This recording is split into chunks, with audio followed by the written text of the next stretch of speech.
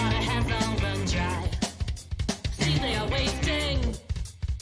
The rain falling from the sky. Dust is creeping, swallowing all in sight. People are weeping.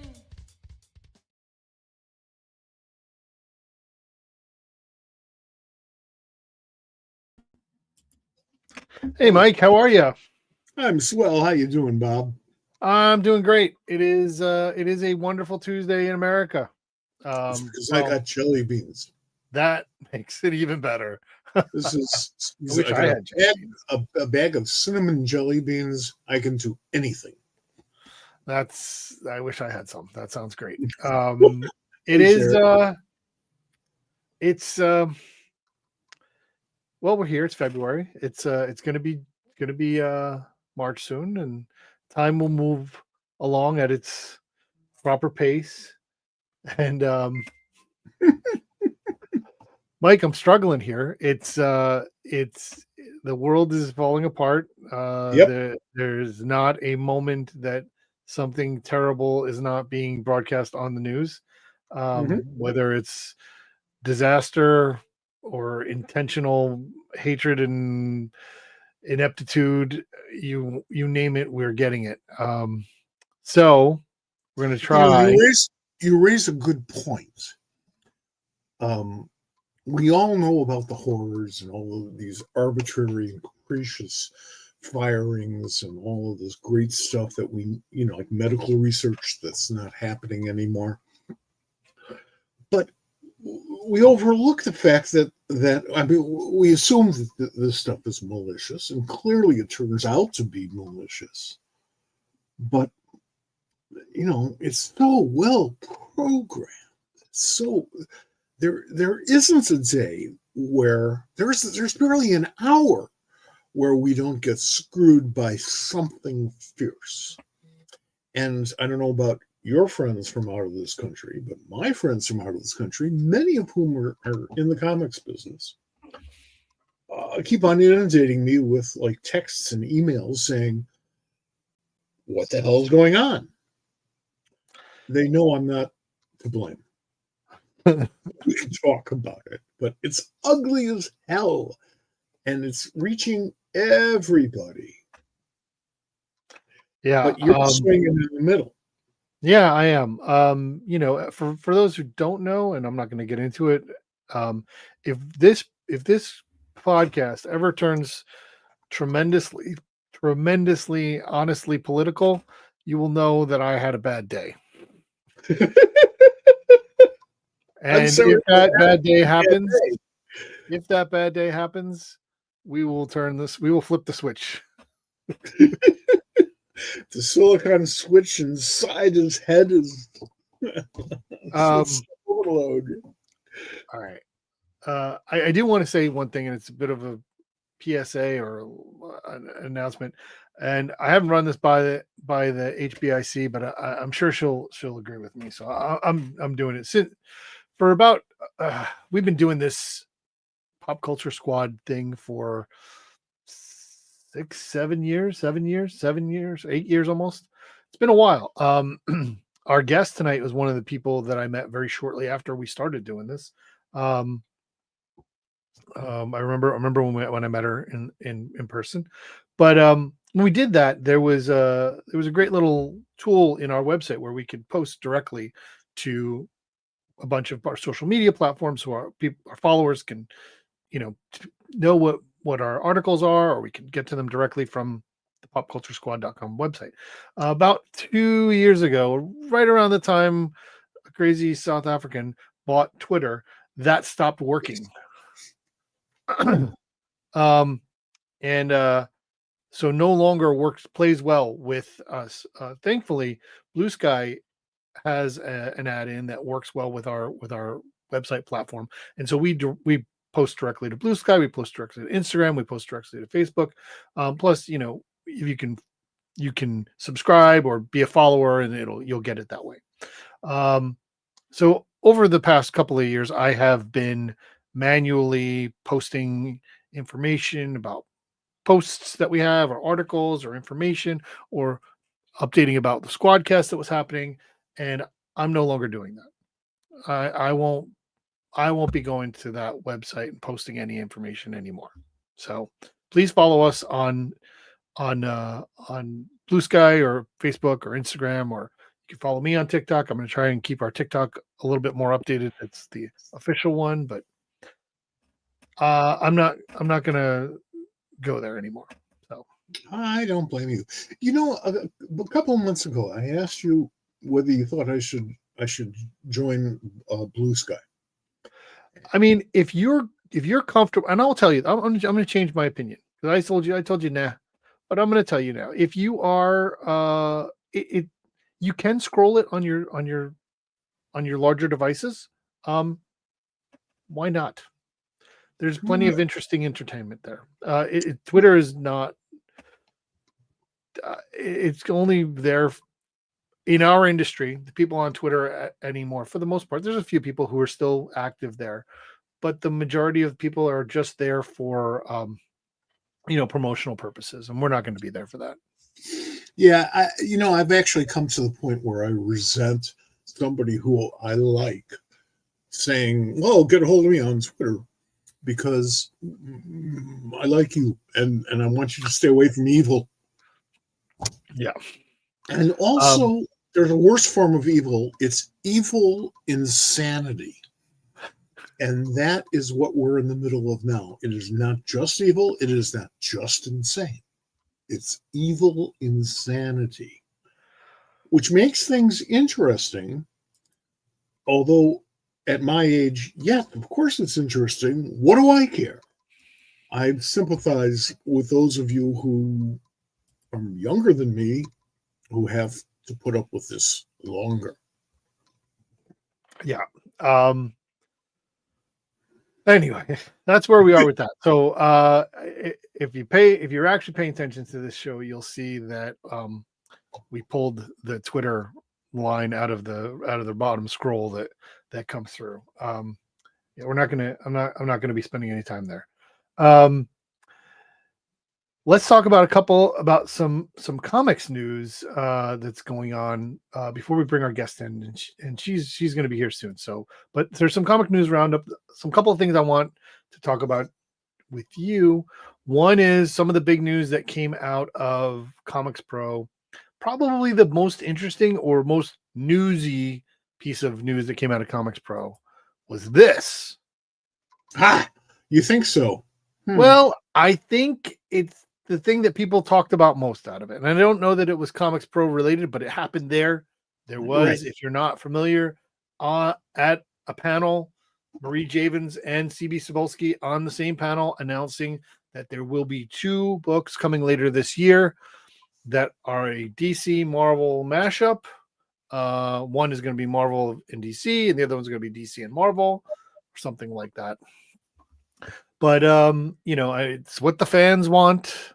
I don't know. What do you think? If those crossovers that were done thousands of years ago were crossovers. Yeah, really. If they were better, I would be more excited. Which is stupid because there hasn't been one in 20 years. So what they did before is totally irrelevant. But nonetheless, a couple of them were brilliant. The Titans. That was by far the best. I don't think anybody will argue that the absolute best use of telling a story that crossed the 2 universes was that. Absolutely, and that's a high watermark, and I'd love to see more that were that good. And the first one was the first one was very eventful, and that was kind of cool. And like any event, if it sells well, they're going to do it over and over and over again, but lousy. Worse each time, except for the X-Men Titans. So I think that they have better talent now. They have really good talent.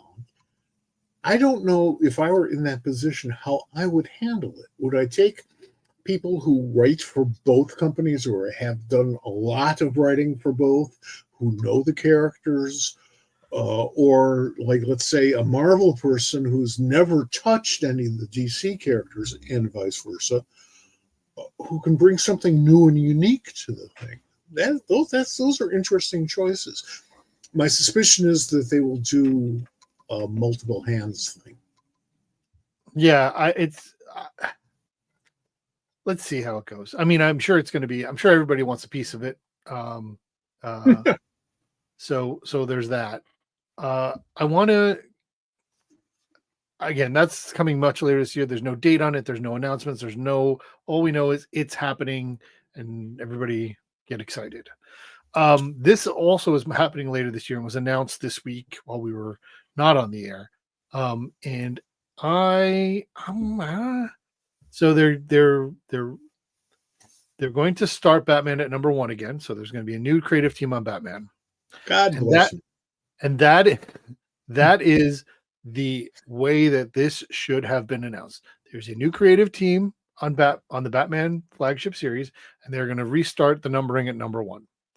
I've seen headlines that say they're rebooting Batman or restart. I'm like, no, they're just changing to a number 1 for a new creative team. Okay, they've won 150 something issues or whatever it is. I will say I am looking forward to the creative team. I like Jorge Jimenez. I really like Matt Fraction, and the fact that Matt Fraction's writing Batman is very interesting to me. I am interested in that. As you know, I am always pissed whenever they stop capriciously and start renumbering a book. It's just a cheesy sales hustle. It has nothing to do with anything. Oh, yeah, well, we changed talent, so it's going to be number 1. Well, if that's true, then way back when Marvel released Daredevil number 1, it should have been number 1 with like 5 different number 1s on the cover. Because that's how many different teams were participating. Our teams were participating in the book. It's silly. It's silly. You know, people want to. I realize retailers, have been told not to sell back issues, that they waste too much time and space and stuff. I think the back issues help bring the customer back, the reader back, makes him or her a more informed reader, a more enthusiastic reader. I like the numbering, the continuing numbering thing. And so do they, because they have those little legacy numbers on Sure. Most of the books, and they're buried, and you can go find them. It's like finding the Playboy bunny head on the Right. cover. I mean, I agree with you. My I am daily stopped and consternated by the headlines that are written today in whatever media you want, whether it's political stuff or comics related stuff or entertainment related, whatever it is. The headline, the clickbait headline is the bane of my existence, because it is not. Like I said, I saw several places. Oh, they're rebooting Batman, or you get some person who does a reel or a TikTok and it's like, breaking news, they're rebooting Batman. They're not rebooting Batman. They're just starting with number 1 with a new creative team. But he's got a blue bat. He's got a new costume. Well, it's a blue bat. I don't get that part. Okay, fine. It's not a big deal. What the coverage has been like, and you raised a very important point. Oh, that's important to me, at least. I got my start back in the, I think, 1300s as a sports writer. That's the first stuff I was paid to write. I did not know that. I wrote sports for the Skokie, Illinois News, which is no longer in existence, and I am, so ha. But I was covering prep sports, and that was fine. I had just turned 17, so that was a good gig. And in sports writing, you can get away with murder. Back then, you could get away with murder. Today, you can get away with murder everywhere. Back then, it was just in sports and in personal commentaries. And I enjoyed that. And it really helped develop my writing style, the style that I've been using ever since the 1300s. And I enjoy the hell out of it. But now when I see news coverage being handled that way, and that's been going on for about 20 years now, 15 years, certainly over at Fox and its doppelgangers, I get kind of pissed because when you put that much energy and emotion and feeling into news coverage, you're creating a false impression. And boy, am I being polite. Yeah, I mean, it is. I don't know. Maybe I'm bad at it or unsuccessful. But like a lot of the stuff that we do on Pop Culture Squad is, you know, most of our writers, kind of write their kind of own headlines for the most part. But there's another piece that happens where when our articles get broadcast out to our social media, there's a little blurb question that comes underneath it, and a lot of times I'm writing that and kind of like taking a summary or giving a reason why people would want to read this headline, because sometimes a headline is a title that means something esoteric that you can't quite get until you get into the meat of the article, which I like. I enjoy that. But sometimes, so when it's like that, when the headline is like that, you want your tagline piece to be like, hey, what do you think about this? Because you're going to find out in here. And you tell them what it is, but don't be disingenuous about it. Right. I mean, I think we have an obligation not to be disingenuous. We can be wrong, but not disingenuous. I absolutely agree with that. It's funny because back in the day, the protest movements were very uncivil when compared to common society. Sure. We used a lot of dirty words, stuff that you hear on television every 5 minutes today, but back then, no, not at all. The whole world was watching, but the whole world didn't hear absolutely everything, and that's fine. They got, you don't have to hear dirty words in order to get the point necessarily. Sometimes now, it doesn't work as an emphasis, but it does work because this is how people talk. And I'm afraid that this whole, there's no longer any truth, there's no longer any fact.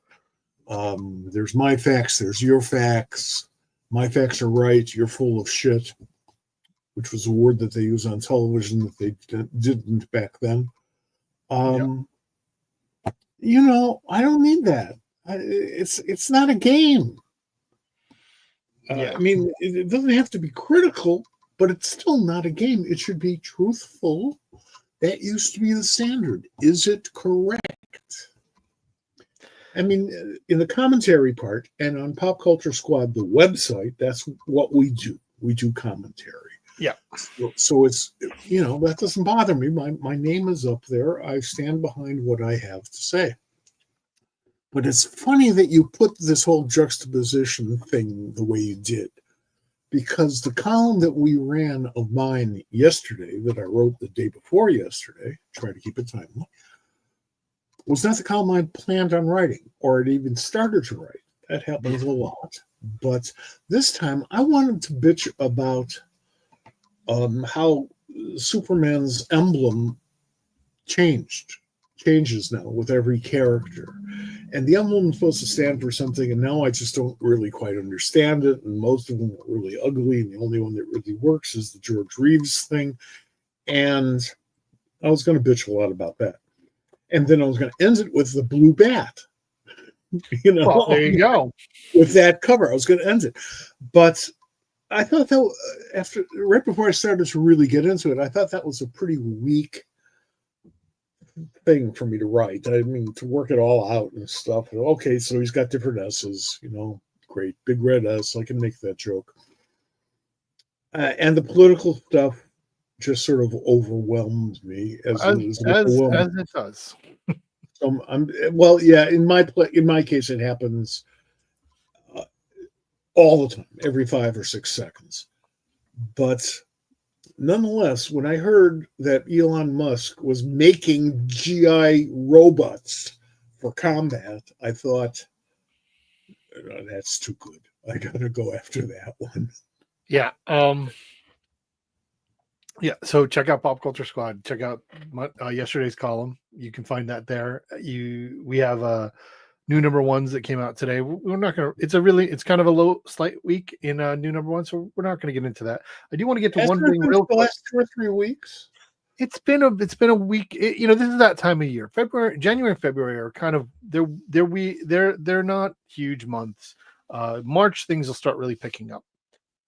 Usually people will start. There's been a couple of things with the Doom, um, but otherwise it's kind of cool. The Oni stuff coming is going to be very interesting. So we're going to talk a little bit more about some indie stuff next week because we spent a lot of time talking about Marvel and DC. But before we get to our guest who's been waiting so patiently, I just want to pop this up there because if people are watching and what's going on, we have some film TV news. So Daredevil Born Again starts next week. I think we'll have it starts next Tuesday, I believe, which is our when our show our show is live. So we probably won't talk about it then, but it does start. The premiere was last night. Bunch of Marvel folks that are friends of ours went there. I've heard lots of good things, very positive reviews from the first couple of episodes, and I hope that continues.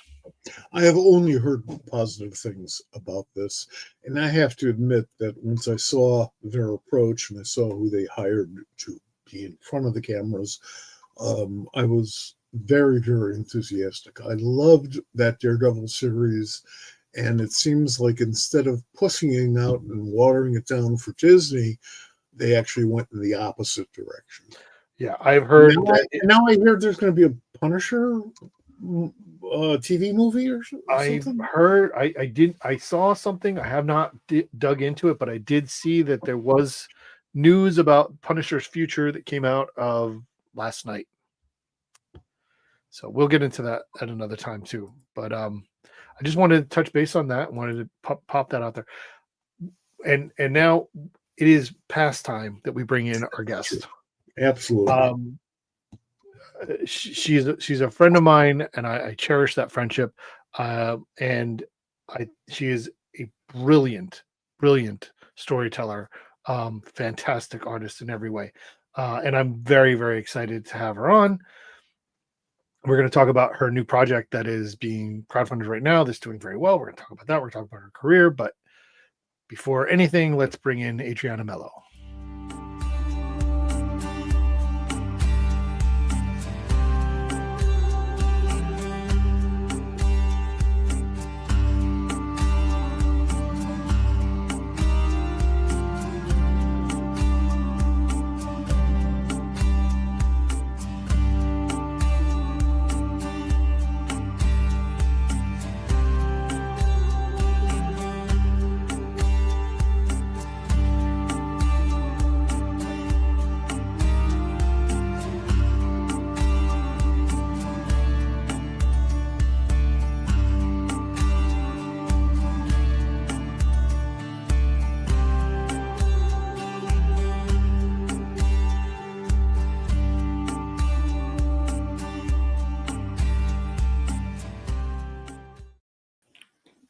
Hi, Hey Adriana. guys, hello.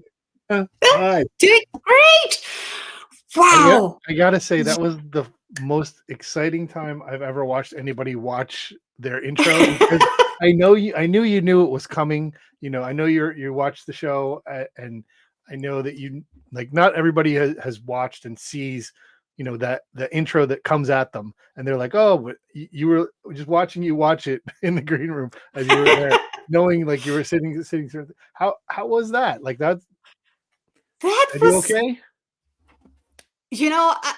what made me smile that much watching the intro is, wow, you found out books I forgot God, I was in.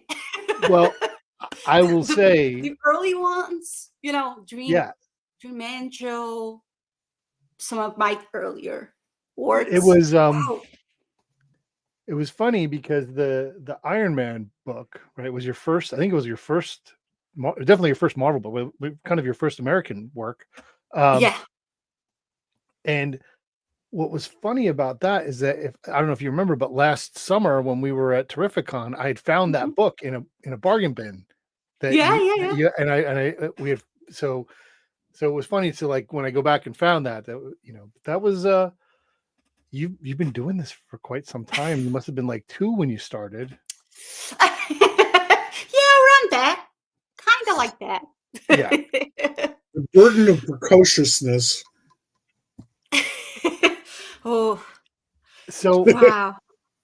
yeah. Yeah. Actually, that was a great cover. That Iron Man is. You started with a terrific cover in your presentation, Bob. But what I was surprised about, and I know your stuff. I like your work, and I did a little research once we set this thing up. But looking at those covers, man, there's a lot of books there I really enjoy. So Yeah. it was really nice to see all this stuff. Even though I knew about it, it was like, yeah, wow. And that's why we're comics fans, is because we can look at this stuff in different ways and go like, yeah, I had a good time with that. That's great. Let's see more of that. I want more. Like, Then, yeah, I remember that. I remember the other one. And yeah. right. Yeah, that's what it was about for me. So I had a great time. We Oh, that's awesome. Live up to it. we want to get very very quickly to the new project, the art book. But before we do that, I kind of want to talk about something and bring you into this conversation. It's kind of come up in the comic sphere lately. There's always this, social media discussion about this or that. Today was a big thing about, being um being smart with your living space and stuff like that. That kind of came up. But over the last week or so, there was some discussion over um people wanting to do they just want to do covers and conventions, and they don't really want to do interiors. And what was upsetting, or not upsetting is a very strong word, but what was I noticed and was slightly disappointed by is when I put that list together, so many of those books you did not do the covers for, and you were doing the interiors on these tremendously good books, and the cover artists are fantastic artists. I don't mean to take away from them, but like, it's something Mike and I are big fans of, having the artists art, the interior artist art on the cover. But in a lot of those cases, I mean, it is Adam Hughes, and it is, it's Mitch Gerrits, and it's Aaron Lepresti. They're all great people, but Kyle Jones. but So I'm sorry. no, go ahead. So where how do you feel about the importance of doing interiors today? Uh, it's kind of funny because that's the kind of conversation I had with Bill, like time and time and time again. Um, because I also read on Blue Sky and social media this discussion and Yeah. uh, covers, or just doing covers, or doing interiors, etc. And personally, I love doing interiors. I love it. I love, you know, reading the script for the first time and having on my head like flashes of how to tell the story, and like camera angles and stuff like that. The storytelling. This is so much fun. That being said, Mhm. just just like I read in a lot of our other artists sharing their own personal stories, it's really tough for you to keep a deadline, to have a full story finished, and I know a lot of people, a lot of publishers say, "No, you have 5 weeks to finish the story. You're fine. You have 6 weeks. You don't have to worry about it." But then life happens, and then your 6 weeks turns into 4, Right. and it doesn't matter what life, whatever happens, you have a deadline, and if you want to keep working in in the industry, you have to keep being reliable when delivering stories and meeting your deadline, etc. So yeah, it's pretty tough. I love interiors, but as I think it was Brian Oakley that said that. I'm sorry, I don't remember now which artist said that, but the point is, as the years, start to go by and you get older, you find out that no, you're not as productive as you were in your 20s.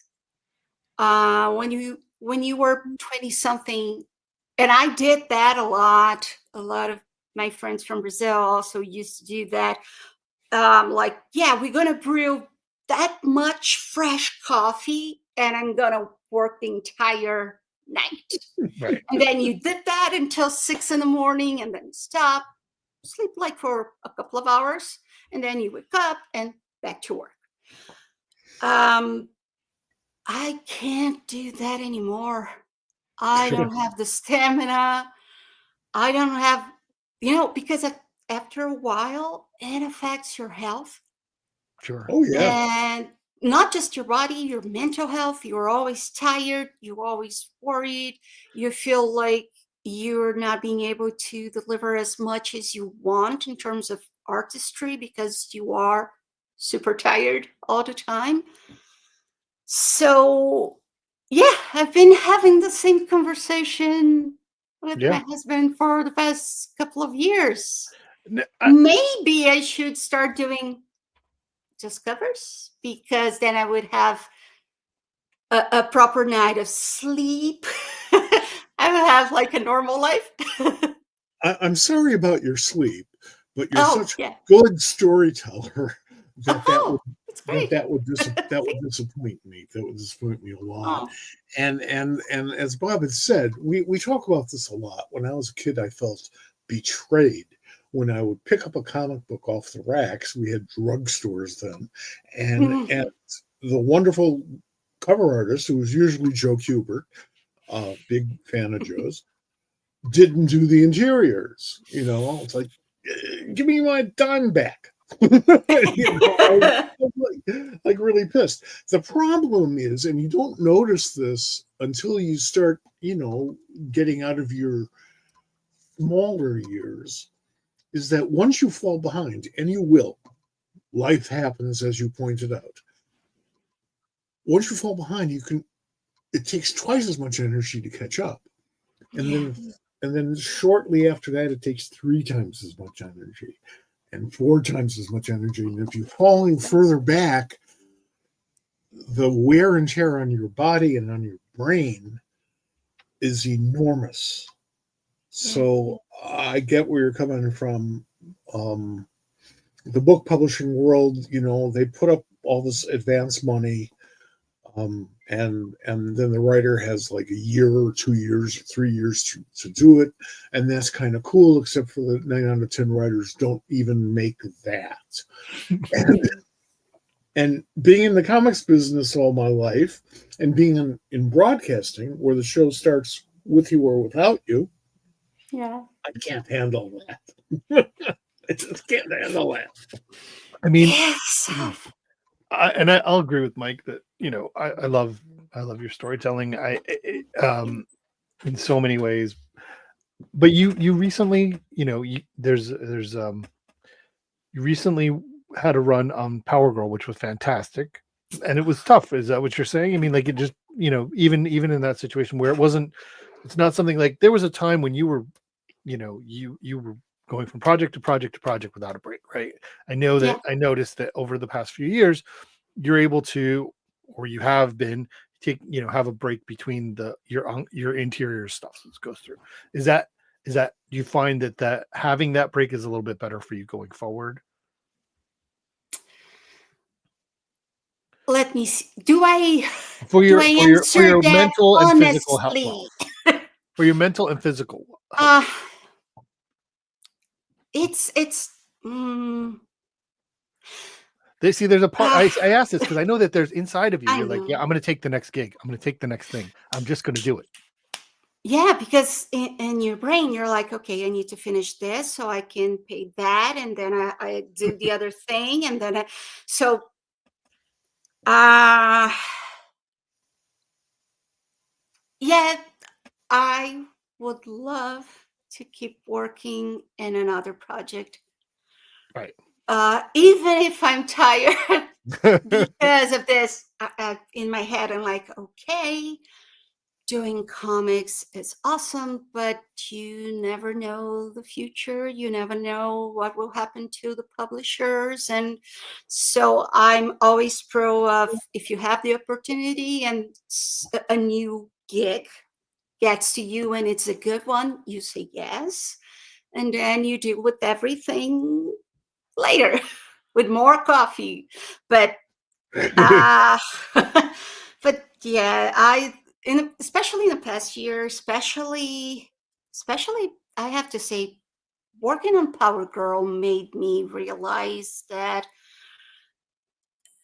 yeah, it's right now for me is too demanding to work on a monthly book like that, because like we're saying, sometimes life happens and then you have three 3 weeks to finish a book, and you're like, oh gosh, I love the character, I love the writing, I want to do it justice, with my work. But at the same time, you're like, and as you can maybe notice, I'm always too much in my head. I'm like, oh my god, the deadline, it needs to be finished.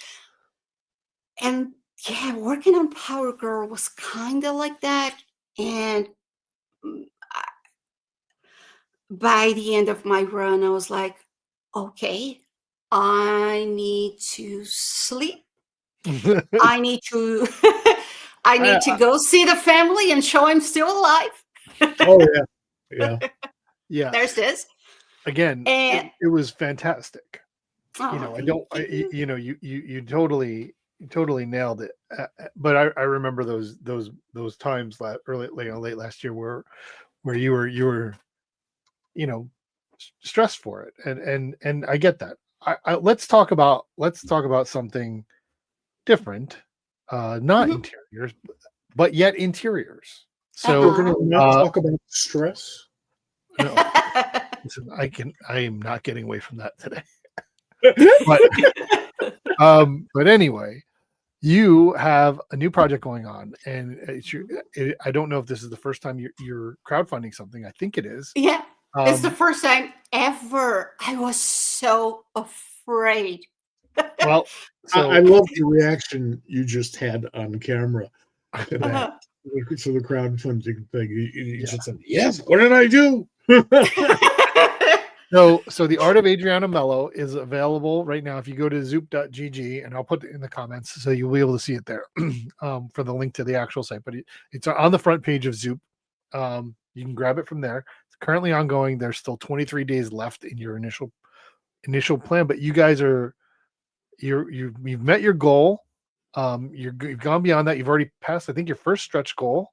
There's Yes. some great things. So this is an art book. Tell us about the art book. Yeah. So it's funny. The past year, I was going through my studio and trying to organize a little bit the chaotic mess that is my studio, and then I realized the amount of commissions, um, covers, or even stuff I did for, I say portfolio, but Sure. actually I just did for myself because I really Right. love, you know, Rogue One, and I love Doctor Who, and love anything related to Lord of the Rings, so I kind of did to myself. And afterwards, I was like, it's a portfolio. And I realized that I had a ton of stuff. So that's when I began thinking, maybe I should do something with that. Maybe some of the artwork should, get out of the drawer and say hi to the world. Some of my commissions, I start going to shows like more frequently in the past 2 years. And thank God, I've been getting a lot of commissions. So I have a lot of paintings, a lot of comic mark stuff, a lot of sketches. And kind of like around the time when I found the lost drawer full of artwork, I was in a show and I got to talk with Jordan from Zoop. Mhm. He came to the artist alley and he was talking with some artists and telling about Zoop and how it works, etc. I thought about doing crowdfunding before. They'll always told me that I should go for it, but seeing some of my friends in Brazil dealing with, and even here with Kickstarter and everything, dealing with packing and shipping and boxes everywhere in the house. And yeah, I think a couple of months ago, we were in a artist friend of ours that lives near here, and we were helping him packing and shipping a ton of books and other stuff related to his Kickstarter. And I thought, I can't do that. It's a lot of work. Then talking with the guys at Zoop and talking with Jordan explained to us that, they do everything. They take care of the printing, packing, and shipping. So I thought, okay, I think this can work out. And even so, I was very afraid of not going. When you're about to throw a party and you're afraid that nobody's gonna show up. Oh, I yeah. was kind of like that. I thought, oh my God, I'm gonna do a crowdfunding. And people Sure. will go and It's look. gotta be very No. scary. Well, the Super, pressure is super very scary. different. If you're doing Power Girl comic book and the next customer doesn't like Power Girl, fine. That person probably isn't going to buy the book. No affinity for the character. Your work has nothing to do with it, other than possibly be positive. They might have heard something great about your work and check it out that way. Okay, cool. But when it says the art of, and you're paying for it, Yeah. but they're buying you. And Yes. it is That's so the scary easy. part. It is so easy for me to say, well, of course, you got nothing to worry about. Of course, you've earned it. You've worked hard for it. That's not going to take any pressure off. Yeah. I still, and to be honest, talking with other friends of mine from Brazil, artists in general, we do our commission and we're going to deliver the commission at the show. And I just finished this. Inside of us, we're like, I hope you like it. I don't know if you will like it. And payment, everything, it's we almost feel like, oh, I'm sorry, I'm taking your money. Do you really want to buy something? Do you really like this artwork? And I had the same thought in my head when I was beginning to think about doing the crowdfunding. And I was like, but people will buy my artwork. I don't know. Because what makes me crazy, and it happens with every artist I know, is that when you revisit something you drew before, it can be a cover, it can be a commission, it can be anything. your eyes go straight to the error, straight to the hand that is kind of wonky, or the eyes are, out of proportion. So we usually feel like, it's not that good. And that's exactly how I've been feeling throughout the years whenever I thought about, should I do it, crowdfunding, yes or no?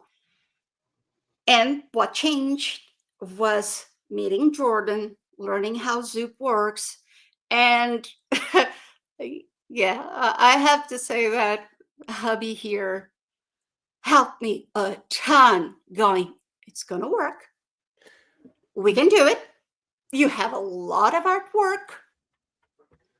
We just need to edit the PDF and deliver to Zoom. It's going to happen. And you got a good editor, Yes, Erica. I love who Erica. was on the show 2 weeks ago. Yes. Sure. Yeah, I was watching. One of the really cool things about doing what you're doing right now, though, is that when you're done, you've achieved something. You've stepped onto a higher plateau. You will always look at the one thing wrong on that page as long as you live, because you're a creator and that's how it works. Yeah. You're going to be embarrassed by it. But the more of this stuff that you do, the less embarrassed you're going to be, and the happier your fans are going to be, and the more you can do more of that stuff. So take that step. Take that step. Everything worked so far, so smoothly, and it totally, like I said, it totally got me, at surprise. I might be releasing another crowdfunding before the end of the year. I mean, there's somebody in the comment that says, you got enough for a volume 2 and a volume 3, and that's true. And yeah, Bill texted me like the day it launched, and he's like, it's under 2 hours, we're funded. I know it was a big relief for him as well, for you guys to get past that initial funding, and that's got to be the biggest part. Now you got 23 days to keep going. But in this project, there's the book, right? And there's different options on hardcover and remarks and stuff like that. But there's also a ton of original art that's being offered as part of this project that you're going to need. Some that you would, commissions that people can request, but also some commissions you've already done that already exist. Some of that's already been sold, right? And you still have others that are available. It's just a great option for anybody who has art. There's another comment that I want to get in here. Do you have a favorite commission that you've done? Oh. And if you happen to say Batgirl, somebody would be very happy. I was just about to say that. I mean, there is a wonderful commission in Sherry's Batgirl book. Right? Yeah, I know. Which pretty much stops everybody when they look through the book. They're like, Oh my gosh. Wait, was it a Wonder Woman? Was it? For Sherry, it was Batgirl. Yeah. Batgirl. Okay. You had very coppery hair. Usually every kind of, because I love Wonder Woman. So usually I have to say I kind of had an extra love to the piece. Well, I'll tell you what. I've been doing commissions for a collector. His name is Brian. He's Scottish. Okay. Brian? Oh, yeah. Okay. So when I did the miniseries of Harley Quinn and Poison Ivy at the time, by the end of the miniseries, they split up. They had a big fight and they went separate ways. And Brian read the book and said to himself, I do not like the way things ended here. So he got in touch with me and he started getting commissions from me of like super romantic and adorable scenes of the two of them together as a couple, because he told me, I want the happy ending the book didn't give me. Don't you And love people who love art and have money? I would not complain one bit. So yeah, so I've been doing like a series of commissions for him, like Poison Ivy and Harley Quinn dating, a first date night in a nice restaurant, or both of them walking in the beach, or they getting married. And he asked me to draw them with like big white dresses. And so I had a lot of fun talking with him about, because the ideas came from him, and we are kind of still working in some other few ideas we have to maybe a sketchbook at some point of commissions of Harley and Poison Ivy together dating and being a couple. Now they are a couple, but like 5 years ago when I did my run, no, they weren't. Right. They are the cutest couple in comics. I mean, and quite frankly, I think they're the cutest couple on television too. Yeah. And, Yeah, I love and them. it's got to promote wonderful thoughts in terms of commissions and poster art and that sort of stuff. It's got to. I'd like to ask you a question about Brazil, if you don't mind. Sure. Over the many years, I've been very impressed with the level of fan activities in Brazil, partially because I've done a hell of a lot of interviews. So if anybody in one country would call me up, I'm impressed. But over the years, in the aggregates, I have been so fascinated by the Brazilian fan scene, by this Brazilian comics scene. Never been to Brazil. I'd like to, but I've never been there. Someday somebody will invite me to a convention and then realize how difficult it is to get me there. What's with you guys? Why comics? And why are you so into it? And by the way, thank you. Aw. Yeah, that's kind of funny. I mean, when you think about the amount of artists, that been publishing not just Marvel and DC, but indie comics Oh, or yeah. doing outdoor stuff everywhere. Yeah, there's a lot of Brazilians. I think I have to say that it's because Brazilians and comic books, we have this very strong connection since we are very, very young, since we were kids, because, well, they used to be very cheap, something you can very easily buy, or your parents would buy for you and you would collect. And so I think that's pretty much it. Everyone in Brazil start reading with a comic book. Like the first thing we learn to read probably is Monica's Gang. That is a super famous character in Brazil for kids, or even Goofy, Mickey, Disney in general.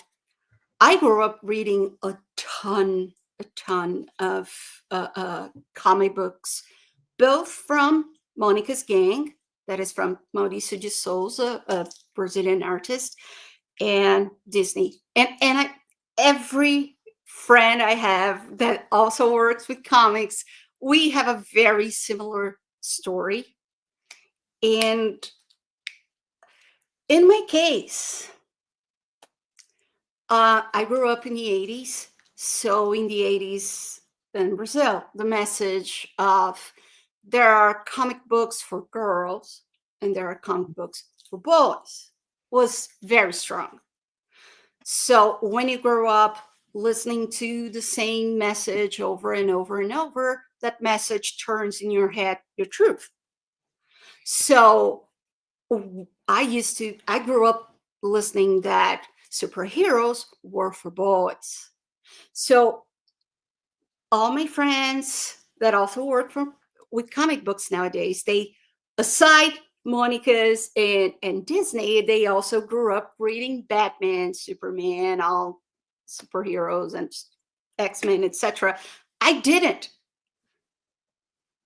My first comic book ever, superhero comic book that I ever read, I was 16 years old.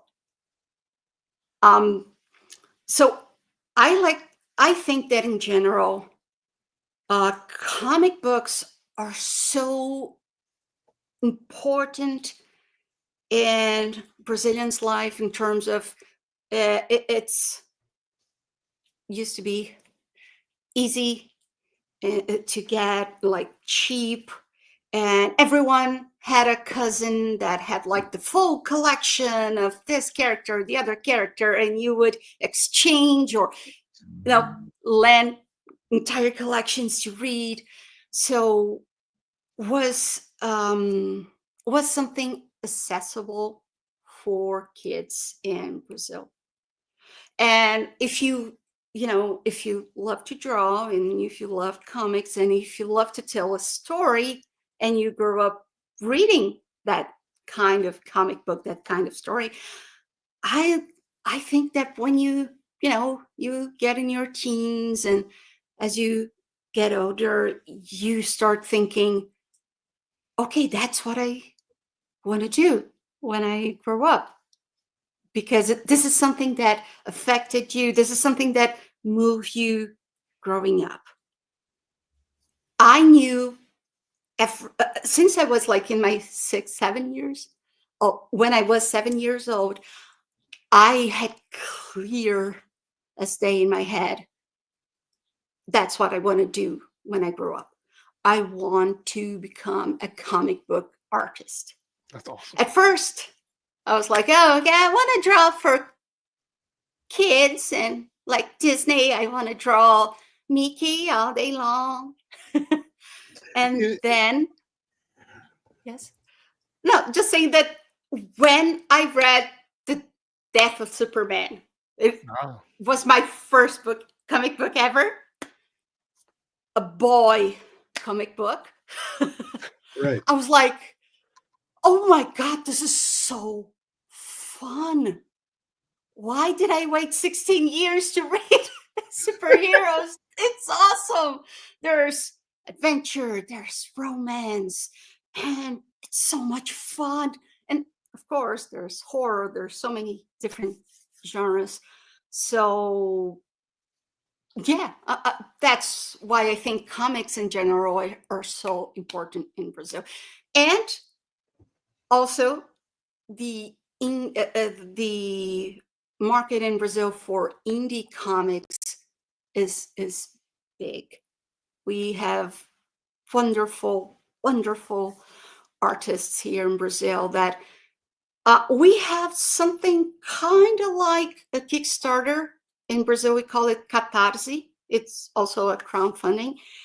And we get to meet every year new artists, new characters, and new stories through that crowdfunding. So, yeah, that's what I have to say. That I think there's so many artists from Brazil working for American publishers because comics are the base for us when you're a kid and you're learning to read. Yeah, well, I'm moving. So We think of comics, the comic book reader, particularly when it was seen more as a children's medium in the States, as a solitary experience. You're sitting there reading comics. Well, for me and for just about everybody I knew, everybody would get together. My friends would get together on a Saturday and we'd go buy comics, and then we'd sit around somebody's bedroom. We'd share them, and as you had pointed out, if somebody had some stuff that you wanted to read, you knew that, you'd go and do that. It was a socializing experience, reading comics. And yeah, the boys' comics and the girls' comics thing makes me angry. Oh But yeah. But the reality of it is that that's how we're raised. We're raised with boys stuff and girls stuff, and we're trying to deal with that. And I think we've made some progress, but the fact of the matter is that's how Earth works. And it wasn't until like the mid 1970s, and remember that I was born sometime BC. In the mid 70s, I discovered there's this whole group of women who are college students or in their upper years of high school who loved particularly the X-Men and Star Trek. Those were perceived in those days as girls' comics, unless you were a boy, at which point it was a boys' comic. Those were acceptable. So X-Men was allowed to be a girls' comic.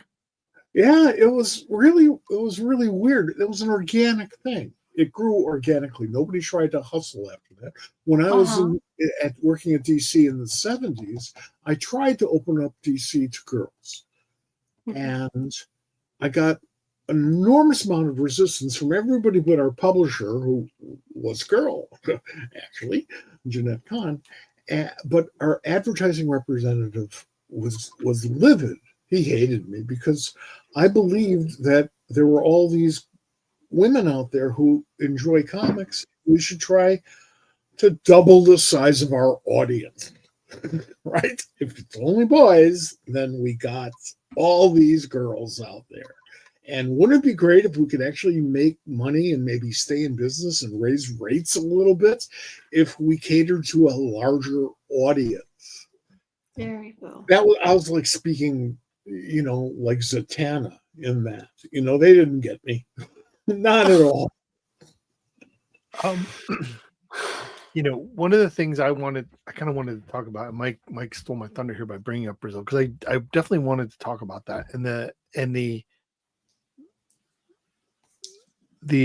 I wanted to know how there was an explosion of Brazilian comic book artists in the 90s, right? And it's continued. But is there a community amongst Brazilians? Like, is there a fidelity that you guys rely on each other in some ways? Is it something because you have that shared experience of growing up there and now working here? Is that something that you run across?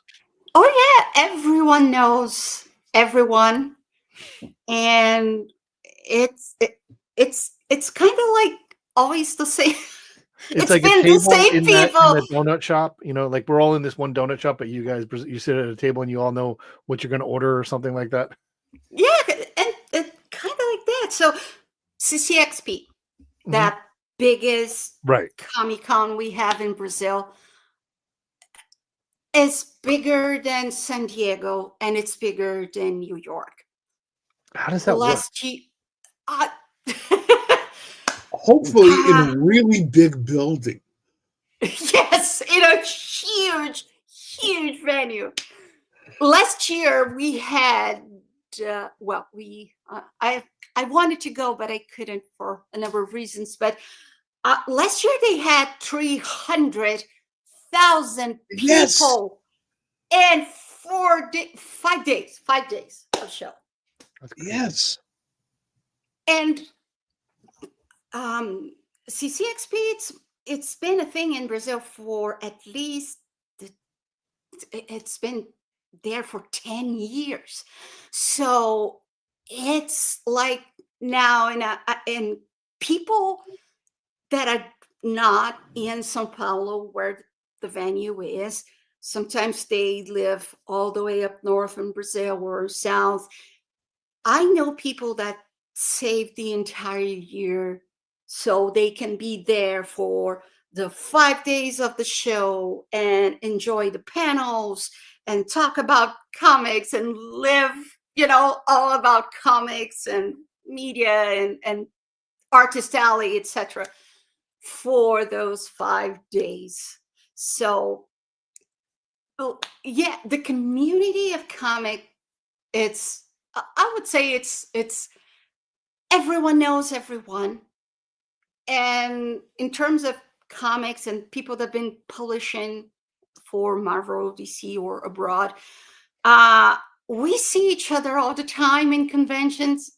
So whenever we go to a show, whenever we go to a convention, we hang out together, we go out for dinner to talk and share stories of the Artist Alley, because Artist Alley is, and no matter the show, can be CCXP, can be New York, whatever show, it's grueling, it's tough, it's a lot of work. I mean, you're sitting for 8 hours in the same spot, but you were talking to fans, you were doing commissions, you were doing network, and you were talking, you're meeting, if you don't live in America, but you're meeting your editor for the first time. So it's a lot happening.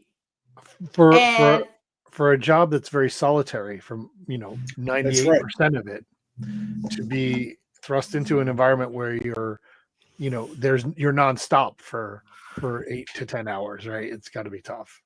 There's also another thing going at a convention, and that's true up here too. We have all these writers and artists who are never let out of their cells because they're chasing deadlines. Remember that conversation? They're chasing deadlines. But they get out because they have to go to the convention, which is bullshit. They don't have to get out to the convention. They have to get out of their cell. Okay, cool, great. It's the only time you get to see anybody. It's called socialization. And, it kind of helps when you're writing and drawing stuff to know something about how the real world looks today. Yeah. It's really helpful. Get out and look around. It's not like all what you see on television. So that's exactly the feeling I have whenever I finish a book. And like, I spent the past 2 to 3 weeks just in a studio and just waking up and go. I go outside and, oh my God, birds, the sunlight, a tree. I had no idea that there was such a thing outside. So at the shows, one of the things we love, and I personally love, and it's awesome, is when you get to talk with other artists and you begin, talking about artists. Okay, this is kind of nerdy, but I just realized you're using a different type of marker. I never use that pen you're using right there. Oh, what about that? The way you sketch the arm, or I really like that. Well, it happens a lot with Brazilians. Whenever we get to find a new type of pen or marker, a new brand, we go to each other's table and, you have to try this. It's awesome. Will make your life so much easier. And it's same with apps and everything. A couple decades ago, I was at a party with Larry Hama. It was a comics party. But Larry got into a conversation with other artists who somebody discovered a new type of pen. I don't know if it was a nub or what, but it was a long time ago. And everybody went ape shit, and they started to rip apart this guy. Tell me more. What is it like under this? Tell me. And share the secret.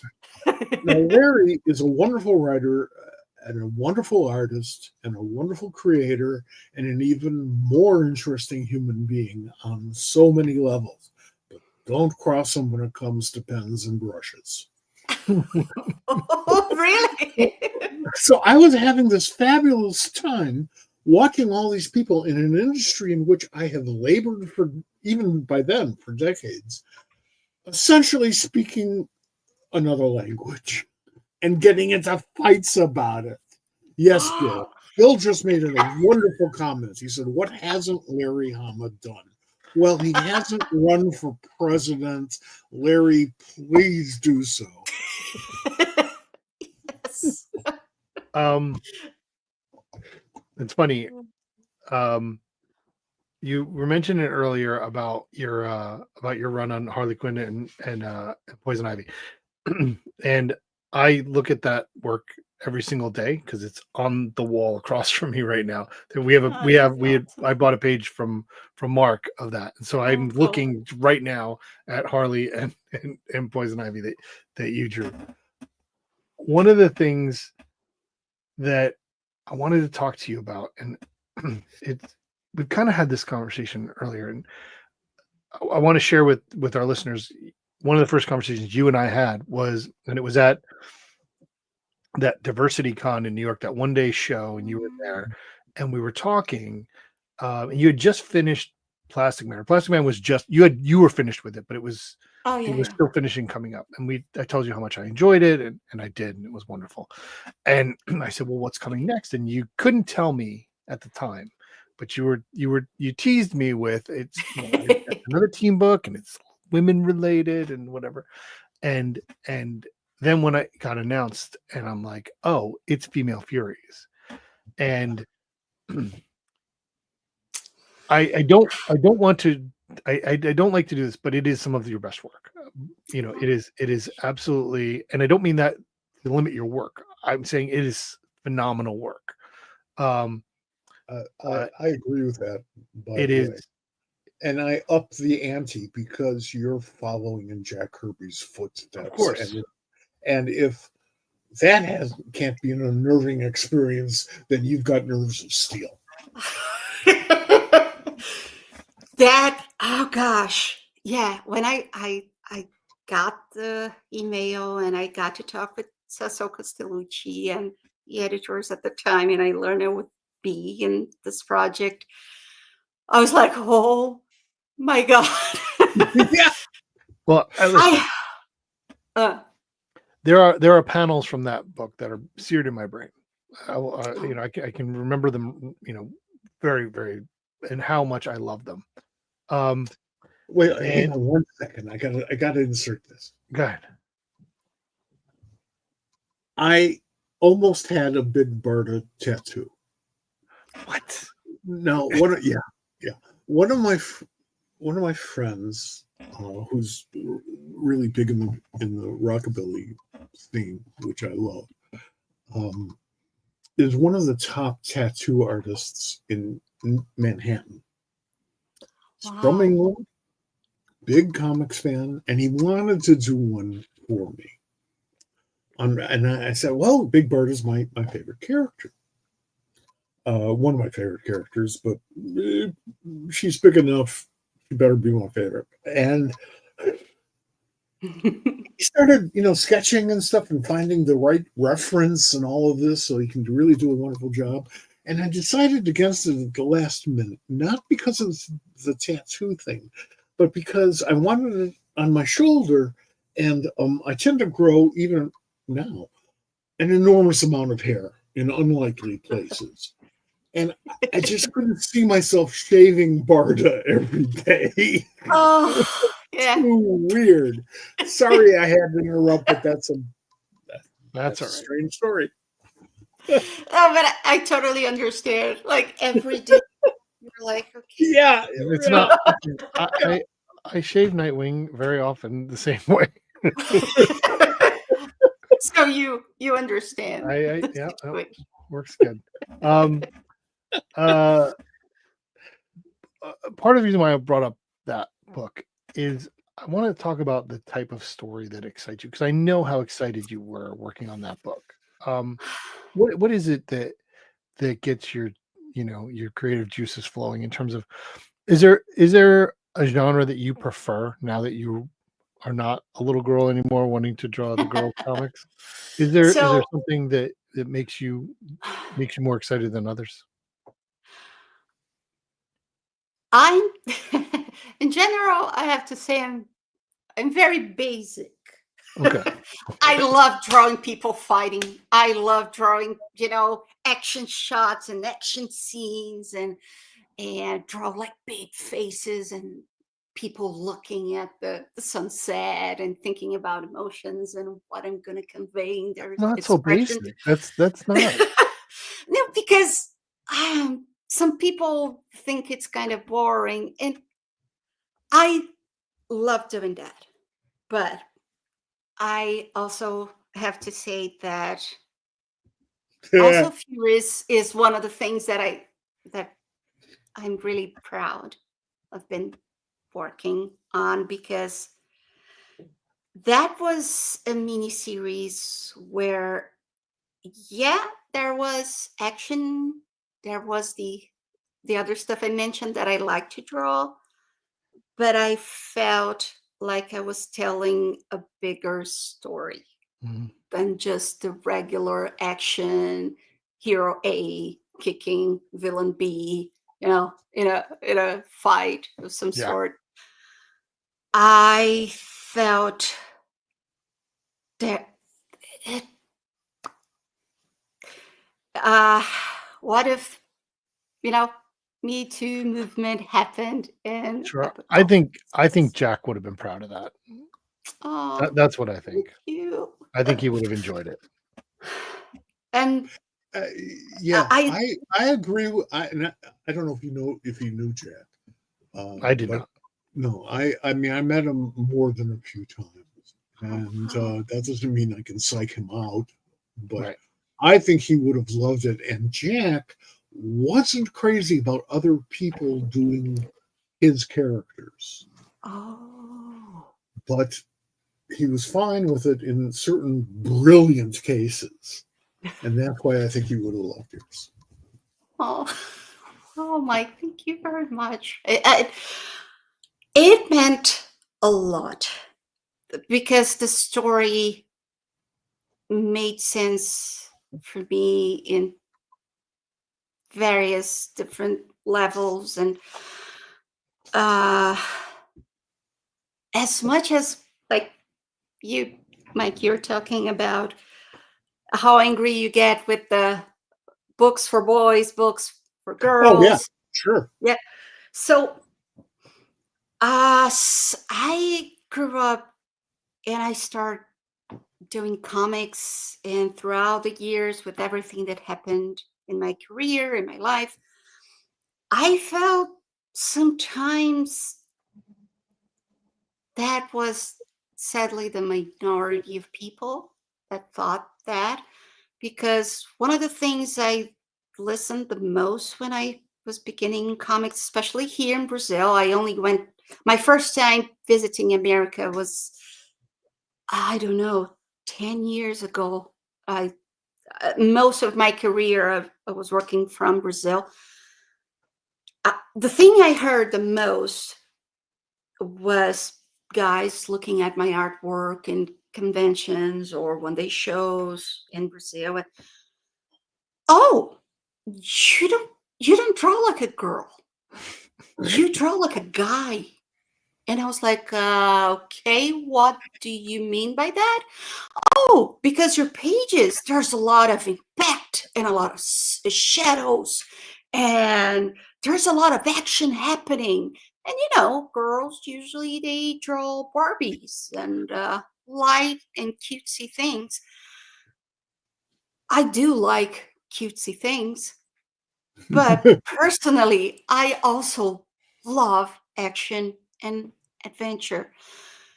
So I never thought about I'm a woman drawing superheroes, but I was reminded of that throughout my career.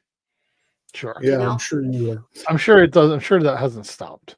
And no, no, and it isn't in our lifetimes, which is sad. But we can continue to work to change that. In my book, yes, the difference between a male superhero artist and a female superhero artist is that the male super artist is never going to draw the women's ankles correctly, and the women will. That's the difference for me. Yeah. So when I start working on Female Furies and I got to talk with Cecil Castellucci about the story, what she was planning to write, and what we were trying to achieve in our story, it made so much sense to me. And I also, in my background, I came from just being, I'm going to resume that, I promise, but I came from a background of a very, very religious, family and background. And to a point that I also grew up listening and hearing from some folks that comic books wasn't from God. Yeah. Therefore, I shouldn't be doing that. So I grew up, and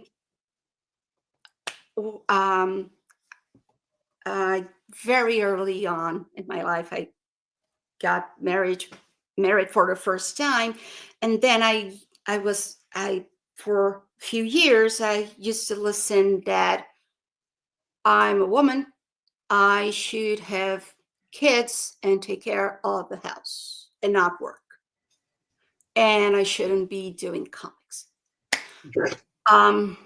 Of course, this in my past was my first husband, and years later, I've met the wonderful Bill that I'm married now, and he has been helping me like I've never. Oh, he's getting red. Well, so And the point is, he's like Kermit. I just saw his hand. yeah. So what I'm trying to say is that throughout my life, I heard a lot of messages going, "You are a girl. You're supposed to act like this." So when I start working on Female Furies, I was like, I see myself in those heroes. Yeah.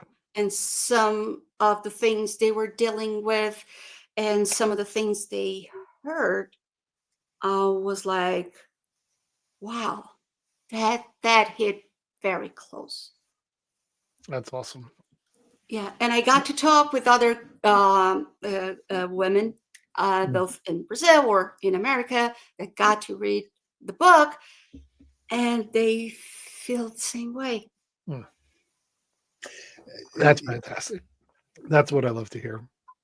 I grew up at a time when religion was even stronger in America in terms of defining our culture than it is today. And I know that's really hard to imagine because, our arms should be falling off because of that. But nonetheless, that was the way it was when I was growing up. And we had all of these restrictions that people were just beginning to say, no, I'm not going to play like that. That's not going to happen. There's a very small minority of us, but we kept on pushing. And inadvertently, I've always been very politically active, but I mean, since I was 15, but all the way along, it's like, I was totally unsurprised to find out that half of the world's population was also into comics. And that's the part that wins. It's not oh no, it's just for guys, or you can't do this, you're a girl, or you can't do this because you're not a girl, or whatever. No. Everybody has a right to tell a story. Not everybody has the right to be published. That's a financial thing.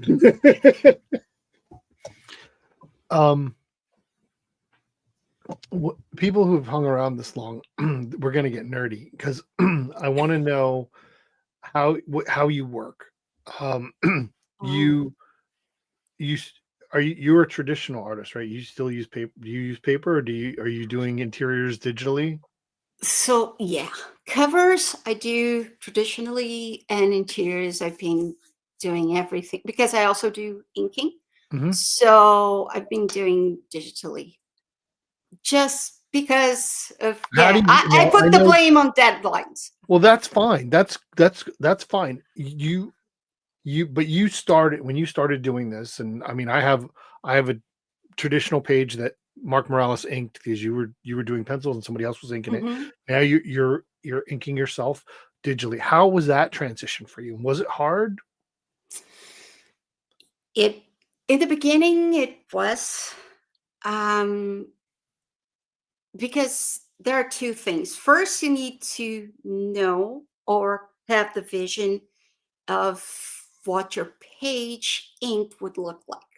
Okay, And then you have to learn how to translate that digitally. You have right. to find the right brush. You have to try Photoshop or Clip Studio. Which one do you prefer? Which also, this is something we artists, we talk a lot and we Mhm. exchange a lot of brushes. Hey, I just found this one. This one is great. You should try.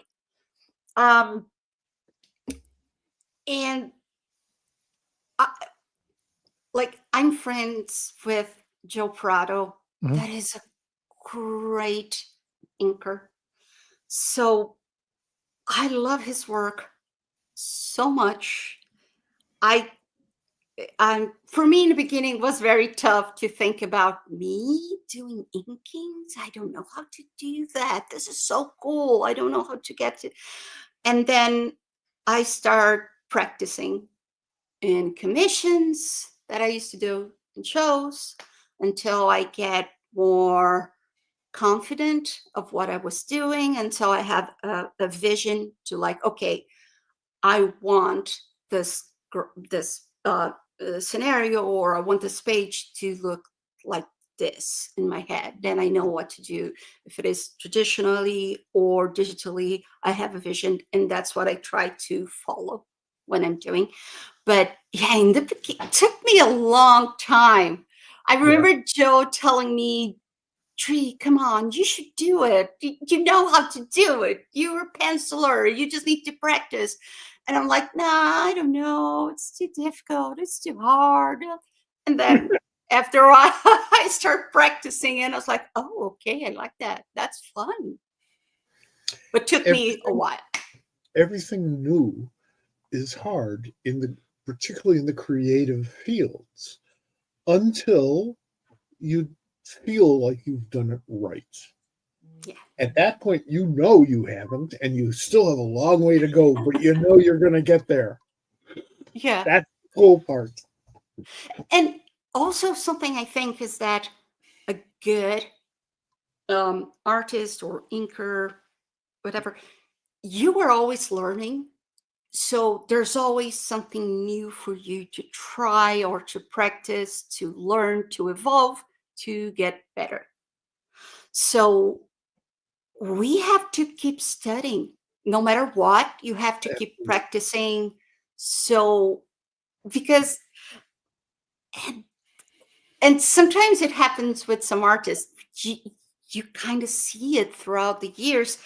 You can feel like when it started, when an artist kind of stops because it's cozy, it's comfy. He already knows everything. He doesn't use reference. He just do it, and it's very easy to kind of get to this comfy place and just do things automatically. But I like to think that you have to keep pushing yourself and practicing stuff. So yeah, I've been doing that for a while, but I have a whenever I'm working on a cover or interiors or commissions, I work surrounded by books. I have my tablet always with me, looking for pictures, looking for references, looking sometimes, oh, I want that pose with that light and that face, that expression. So I use reference even now after 30 years doing comics. Well, and you should. Yeah. Verisimilitude is critical in storytelling.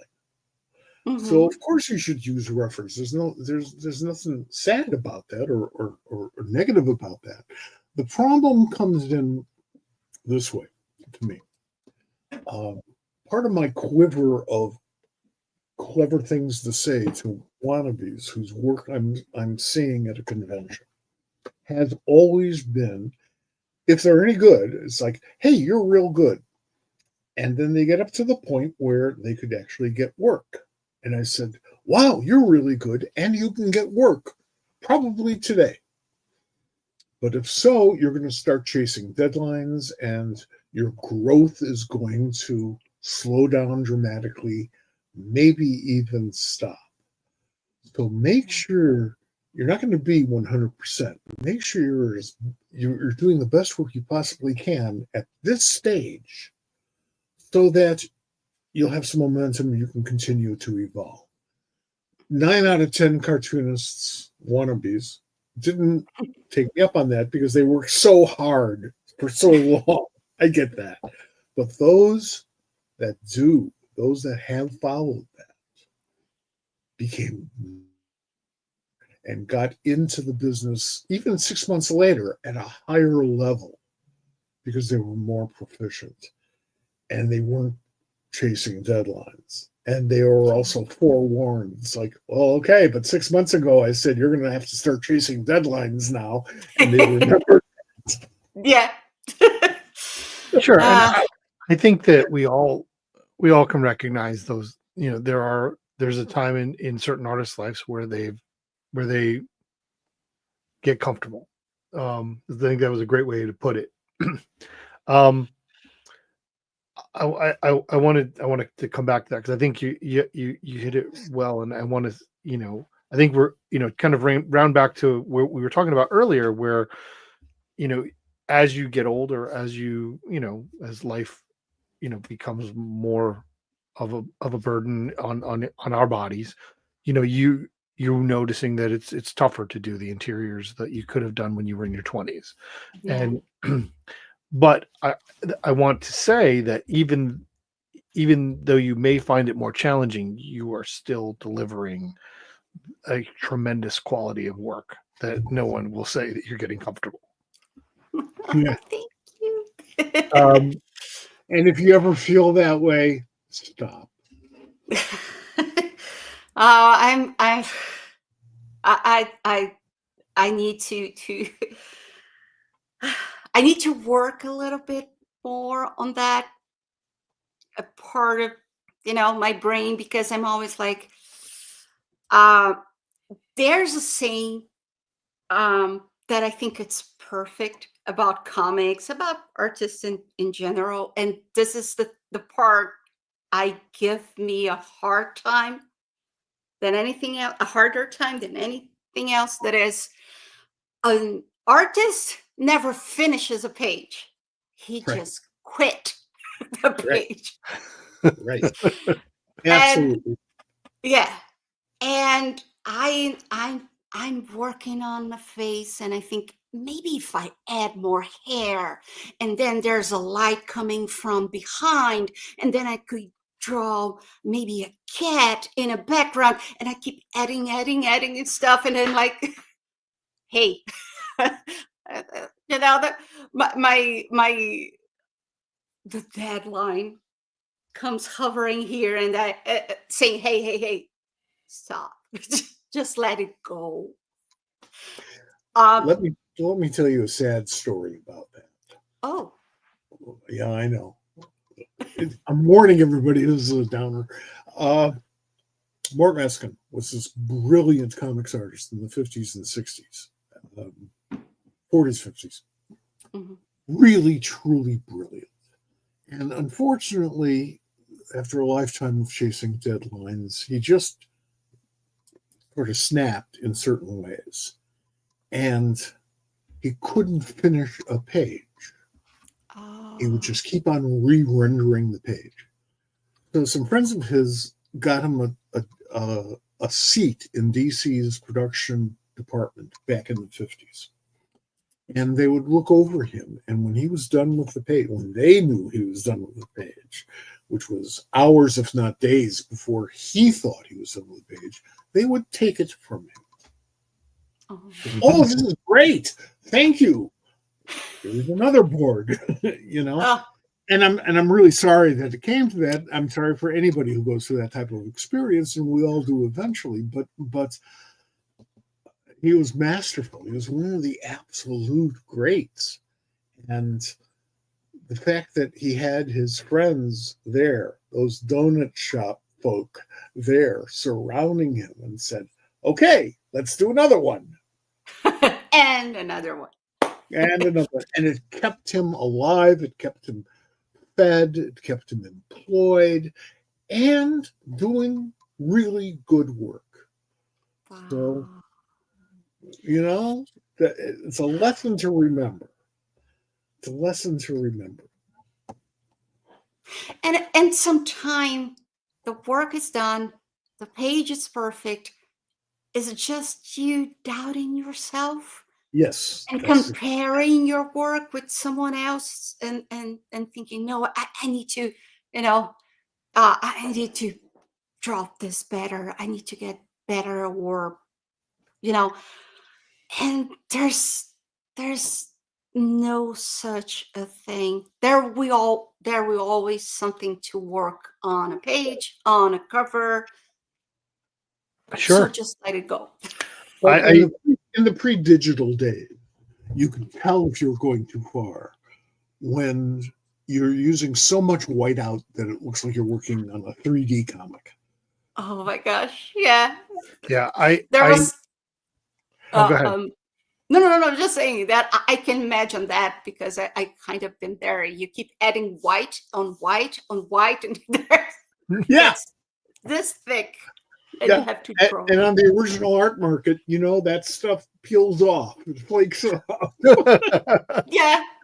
Collectors doesn't like that. I was having a conversation once with Jimmy Palmiotti, and he was drawing something in a book of mine, and we were talking, and while we were talking, he kept drawing, and he kept talking, and he kept drawing, and then eventually he's like, "All right, I'm done with this. I got to stop drawing because it's done now." Because he just kept putting lines on it, putting lines on it, putting lines on it. So it's an occupational hazard, essentially, right? Yeah, it is. And that insecurity is part of what makes you a good artist, Yeah, that's true. or a good communicator, or a good It is. Yeah, important. because that's what pushes you. Exactly. Keep evolving and learning new styles, and finding trying new pens or different things that you can bring to your style, to your pages or covers. Absolutely. Everything to your worldview. It all starts up here. So if you can make those changes up here first, oh my God, you'll find the tools to get that out of you. Something I never tried, and maybe at some point I would like to, but right now I don't know how writers work and how they have the idea and how they make it happen and turn into pages and to arcs and to. I tried to write a couple of things before, early on in my career, but writing is so tough. And that's why I decided, okay, I'm just gonna keep in my lane, just drawing pages, because I think it's easier. But I really, really admire writers. I tell Erica that all the time, and Gail, Simone, that I work a few times in my career also. Yeah, Writers are awesome.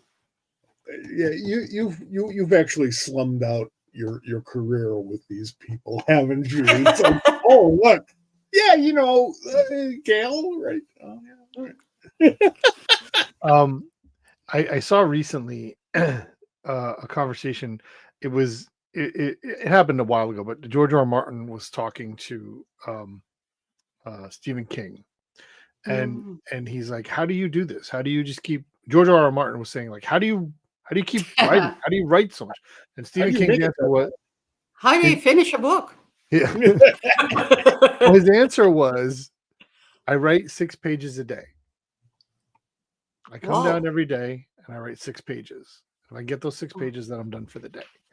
And after a few months, then you've done a book. And George is like, 6 pages a day. I got months and I got new pages. How do you keep doing it? But like, it's that thing. Every discipline has its own way of doing things. There are tons of artists who are super fast and super productive and just put out a ton of stuff. There are artists who are just as talented who, struggle to meet deadlines and to produce the things when they're expected to. Same thing with writers. There are writers who, there are comic book writers who are writing 5, 6, scripts a month. And there's some that, aren't making their deadlines on the one. Yeah. No, Yeah. that's true. It's absolutely true. Drives people crazy because it's a Then collaborative medium. And then the inkers and the colorists and the letterers all have to fill in. Right. And those people also have a tendency to have children, have get Yeah. sick, families. They insist to have a life. I know. They're then The audacity. the audacity.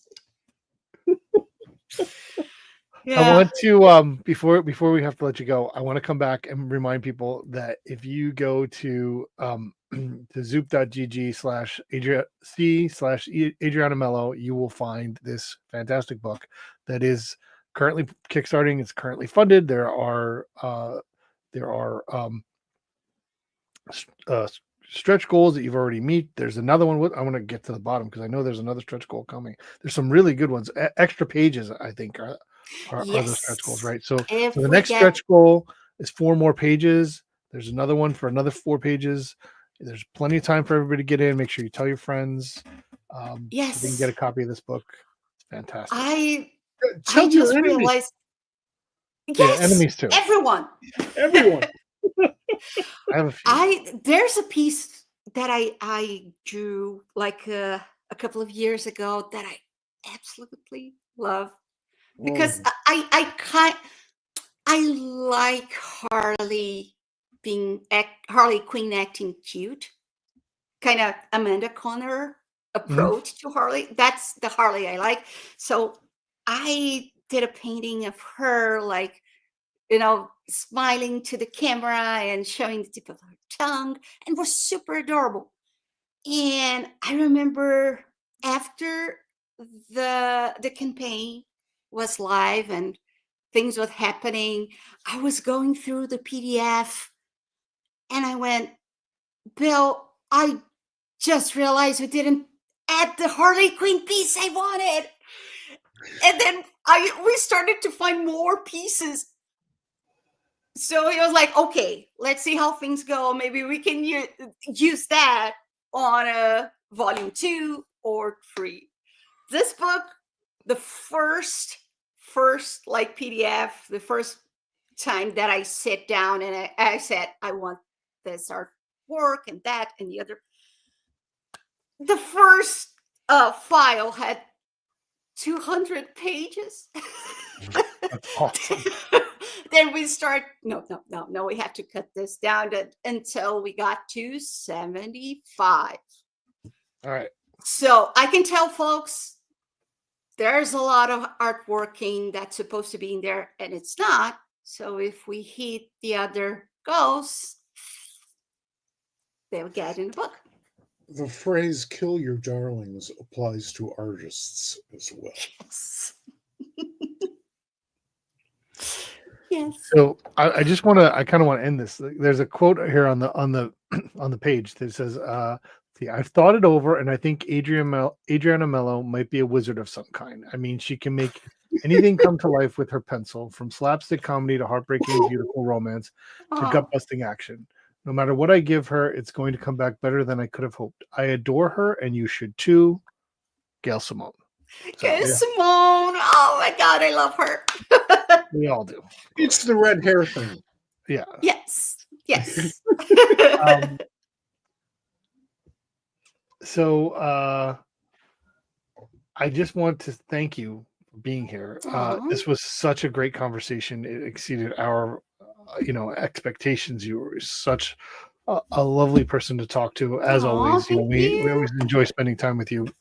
And Okay, and thanks we for will be doing that having me. later this year, of course. Uh-huh. But thanks for being here. Thanks for talking Aw. comics with us. Anytime you have a new project or you just want to talk, let us Uh, know. Because this every was- time, or one of these days I'm working on pages and I'm like, I want to talk to Mike and Bob. Guys, That's fine. let's do a live stream right now. We will fall on our sword and be the distraction. There you go. So thanks guys for having me. I had a blast. It was awesome. Thank you for being here, for taking the time, and for being such a good communicator. Because my vision here is that there will be younger folks who are trying to get in and trying to figure out this morass, particularly younger women, and they will see you and go, "Oh, okay." So you're a force for good. Oh, thank you. Yeah, and I want to tell these girls that go for it. Yes. Go Yes. for Yes. Perfect. Thank you so much. Thank you. Okay. Bye-bye, guys. Bye-bye. That That was was great. Absolutely terrific. great. Yep. And she's so gifted. She absolutely is. Absolutely. We are we are booked for the next month straight out.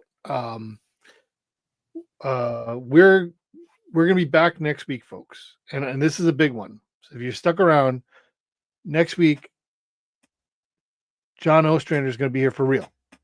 For real. What we think. Well, we've gone back and forth. We a couple of weeks ago, John was supposed to be on the show. He apologizes for his missing the show. We have booked him for next week. We are going to have that conversation. The good part, Mike, is that my prep is already done. That's I was true. ready the last time, so it makes it easier for next week. Now, John and I have been friends since 1971. So, Bob, good luck getting a word in edgewise. Listen, Good. I will tell you that one of the most interesting, I'll tell the folks here, I once spent a weekend between Mike and John because I sat on their both Goodyear sides, which is not the same side. So it was I had somewhere I had to be so that I could talk to both of them. But we're going to do that again, this time with digitals. John's going to be here next week. I'm trying to get our promos up here. Just give me one sec. And the following week we have another program, another crowdfunding program that we're going to talk about. Let's see what we got. Here we go. Let me get this for us. We're going to have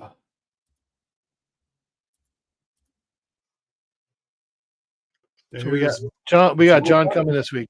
We got John next week. The following week, we have Paul Eza and D Fish.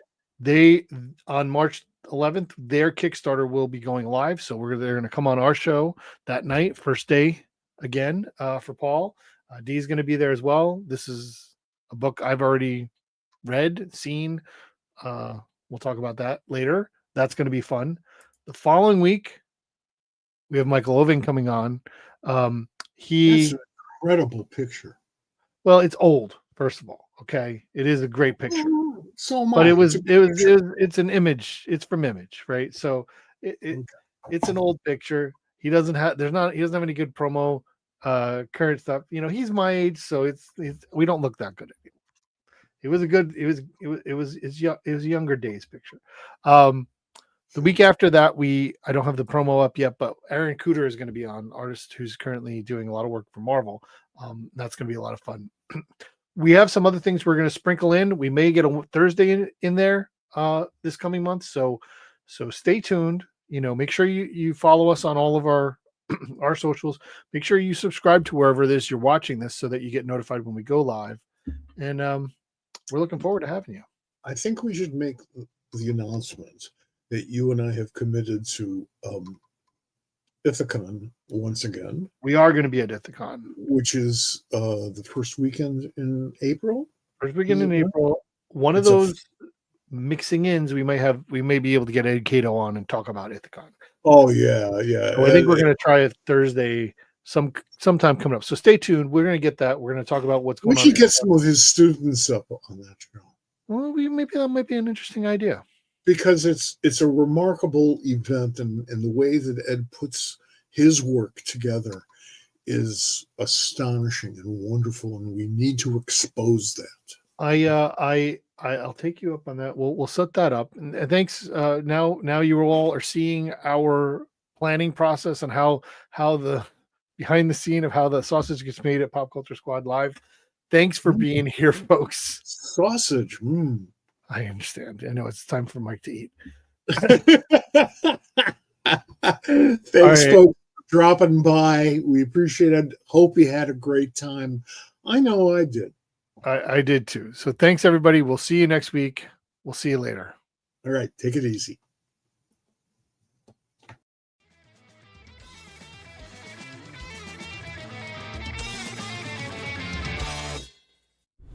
This has been a production of the Pop Culture Squad Network.